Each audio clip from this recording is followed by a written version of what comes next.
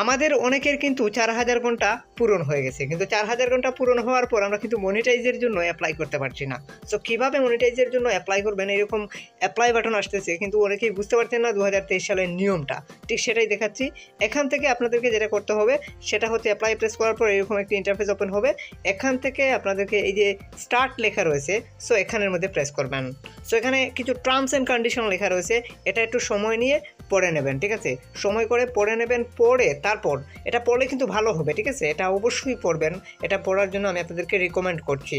তারপর এখানের মধ্যে মানে ইউটিউবে কীভাবে আপনি কাজ করবেন সেটাই মূলত আসলে এই টার্মস অ্যান্ড কন্ডিশনে লেখা রয়েছে। টার্মস অ্যান্ড কন্ডিশন পড়া শেষে এই টিক চিহ্নটা দিয়ে অ্যাপসেটে প্রেস করবেন। অ্যাপসেটে প্রেস করলে কি হবে, এখান থেকে আপনার প্রথম ঘরের কাজটা শেষ হয়ে যাবে। তারপর দ্বিতীয় ঘরে যে স্টার্ট লেখা রয়েছে, সো এখান থেকে আপনাকে স্টার্টের উপর প্রেস করতে হবে। এখন আপনাকে একটি অ্যাডসেন্স অ্যাকাউন্ট ক্রিয়েট করতে হবে। আর যদি আপনার পূর্বে অ্যাডসেন্স অ্যাকাউন্ট করা থাকে সেক্ষেত্রে করার কোনো প্রয়োজন নাই। এখান থেকে যেটা দেখাচ্ছে আপনাকে সেটা হচ্ছে যে এই ঘরের মধ্যে আপনি ট্যাপ করবেন, ট্যাপ করলেই বিষয়টা বুঝতে পারবেন। সো আমি আবারও এখানের মধ্যে ট্যাপ করছি, ট্যাপ করে আপনাদেরকে ভালোভাবে দেখাচ্ছি।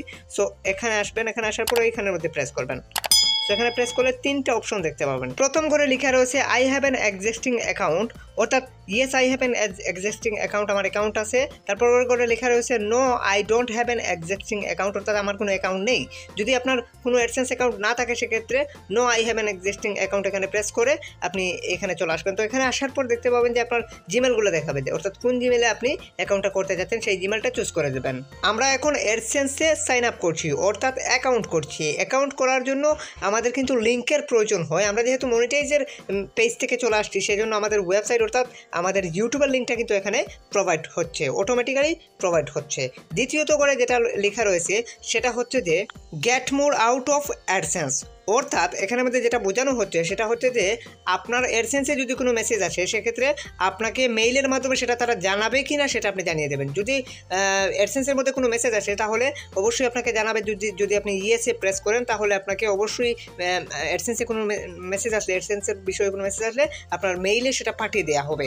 সো এটা অবশ্যই ইয়েস দিয়ে দেবেন। তারপর এখান থেকে আপনার কান্ট্রিটা সিলেক্ট করবেন। এখানে অনেকে বুঝেন না যে কী আসলে সিলেক্ট করবেন। অনেকে বলেন আমি বিদেশে থাকি, বিদেশ থেকে কন্টেন্ট ক্রিয়েট করি, সো আমি কি বাইরের দেশটা সিলেক্ট করবো? না, অবশ্যই আপনি বাংলাদেশি কন্টেন্ট তৈরি করেন, বাংলাদেশটা সিলেক্ট করবেন। আপনি যদি বাংলাদেশের নাগরিক হয়ে থাকেন সেক্ষেত্রে আপনি বাংলাদেশটাই সিলেক্ট করবেন, ঠিক আছে? তারপর এখান থেকে এই টিক চিহ্নটা দিয়ে অ্যাকাউন্ট ক্রিয়েট এখানে প্রেস করা মাত্রই কিন্তু আপনার অ্যাকাউন্টটা সম্পূর্ণ হয়ে যাবে, ঠিক আছে? সো এখান দেখতেই পাচ্ছেন এটা কিন্তু সম্পূর্ণ হয়ে যাচ্ছে। তবে সম্পূর্ণ না, এখনও কাজ রয়েছে। অ্যাডসেন্সের সবচেয়ে গুরুত্বপূর্ণ কাজগুলো কিন্তু এই পেজেই হয়, ঠিক আছে? এই পেজটা রিলোড হোক, আমি আপনাদেরকে দেখাচ্ছি। দেখতেই পাচ্ছেন রিলোড হয়ে গেছে। প্রথম ঘরটা অবশ্য বুঝতে পারেন অনেকে ইন্ডিভিজুয়াল রাখবে নাকি বিজনেস রাখবে। এখানের মধ্যে আপনি যদি পার্সোনাল অ্যাকাউন্ট হয় সেক্ষেত্রে আপনি অবশ্যই ইন্ডিভিজুয়াল রাখবেন। আর যদি আপনার বিজনেস টাইপ হয়, অর্থাৎ আপনি এটা বিজনেস মানে হচ্ছে অনেক বড় একটা বিজনেস করেন বা বিজনেসের জন্য এটা ক্রিয়েট করছেন, সো সেজন্য আপনি বিজনেস দেবেন, আর নয়তো ইন্ডিভিজুয়াল রাখবেন। আমি মনে করি যে ইন্ডিভিজুয়াল রাখাটাই সবচেয়ে ভালো, ঠিক আছে? তারপর এখান থেকে আপনার নামটা দিতে হবে। এখানে নামটা কোনোভাবে ভুল করা চলবে না। NIDতে যেভাবে আছে ঠিক সেভাবে আপনি এখানের মধ্যে নামটা দেবেন। নামটা দেওয়ার পর আপনাকে অ্যাড্রেস লাইন 1-এ, ঠিক আছে, অ্যাড্রেস লাইন 1-এ আপনাকে যেটা করতে হবে আপনার অ্যাড্রেসটা দিতে হবে। এখন প্রশ্ন হচ্ছে যে আমি অ্যাড্রেসটা কীভাবে দেবো? আমি টোটাল প্রসেসটা আপনাদেরকে দেখাচ্ছি, খুব ভালোভাবে নামটা লিখে নেই। সো আমাদের নামটা লেখা কমপ্লিট। আমরা NID অনুসারে লিখেছি, NIDতে যেভাবে ছিল ঠিক সেভাবেই আমরা নামটা দেওয়ার চেষ্টা করেছি ক্যাপিটাল লেটারে। আমরা অ্যাড্রেস লাইন 1-এ আমাদের ঠিকানাটা দিচ্ছি, অর্থাৎ প্রথমেই আমাদের গ্রামের নামটা আমরা লিখতেছি। এখানের মধ্যে প্রথমেই আপনার গ্রামের নামটা আপনাকে এখানের মধ্যে লিখতে হবে।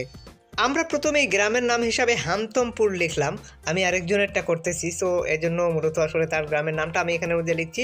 সো এখান থেকে আমরা হামতমপুর, তো পুরের আগে একটা স্পেস দিলাম, তারপর আমরা একটা কমা দিলাম, ঠিক আছে? কমা দিয়ে আরেকটি স্পেস দিলাম, দিয়ে আমরা এখানে তার ডাকঘরের নামটা লিখতেছি, ঠিক আছে? এটা ডাকঘরের নাম। ডাকঘরের নাম হচ্ছে মোল্লাপাড়া। সো মোল্লাপাড়া দিলাম, মোল্লাপাড়া দেওয়ার পর একটা কমা দিলাম, স্পেস দিলাম। তারপর এখন আমাকে যেটা লিখতে হবে তার মানে উপজেলার নামটা লিখতে হবে, অর্থাৎ উসমানীনগর উপজেলা। সো আমি উসমানীনগর দেওয়ার চেষ্টা করছি। আমরা উসমানীনগর লিখে দিলাম। এখন আমরা একটি কমা দিয়ে আরেকটি স্পেস দিয়ে সিলেট অর্থাৎ জেলার নামটা লিখে দিলাম, ঠিক আছে? এভাবে করে আপনাকে সাজাতে হবে।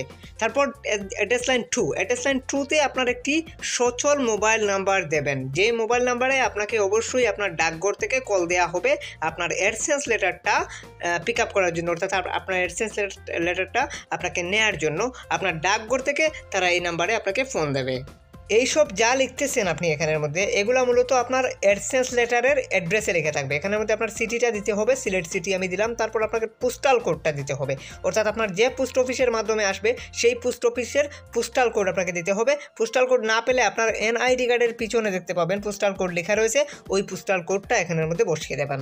সাধারণত পোস্টাল কোড 4 ডিজিটের হয়, ঠিক আছে। 4 ডিজিটের পোস্টাল কোডটা অবশ্যই আপনার এনআইডি কার্ডের পিছনে দেখতে পাবেন, পিছনের অংশে দেখতে পাবেন। তারপর এখান থেকে আপনাকে মোবাইল নাম্বার আবারও দিতে হবে, ঠিক আছে। একই মোবাইল নাম্বার আপনি এখানের মধ্যে আবারও দিয়ে দেবেন, ঠিক আছে। ওখান থেকে কপি করে নিয়ে এখানে আমি দিয়ে দিলাম। তারপর এখান থেকে এই বাটনের উপর ট্যাপ করলেই কিন্তু কাজটা সম্পূর্ণ হয়ে যাবে। সো এখানে আমি ভালো করে একটু রিভিউ করে নিচ্ছি, সো দেখে নিচ্ছি ভালো করে। দেখে নেওয়ার পর আমি এখানের মধ্যে ট্যাপ করবো ফাইনালি।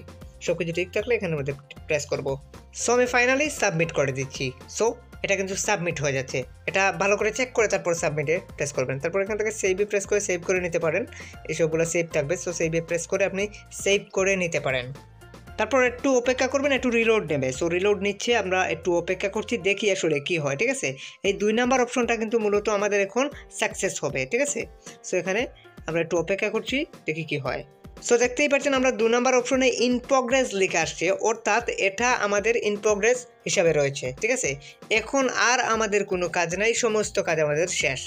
এখন আমাদের চ্যানেলটা বর্তমানে কিন্তু রিভিউতে রয়েছে, আর রিভিউটা কমপ্লিট হয়ে গেলে আপনার এখানের মধ্যে এই 3টা অপশনই কিন্তু ডান করে দেওয়া হবে, ঠিক আছে। এই বাকি 2টা অপশন ডান করে দেওয়া হবে, এগুলো অটোমেটিক্যালি ডান হবে, আর আপনার কোনো কাজ নেই এখানের মধ্যে। যদি কপাল ভালো থাকে তাহলে 2-3 ঘন্টার মধ্যে আপনি মনিটাইজ পেয়ে যেতে পারেন, আর যদি কপাল একটু খারাপ থাকে সেক্ষেত্রে 1 থেকে 2 দিনের মতো সময় লাগতে পারে।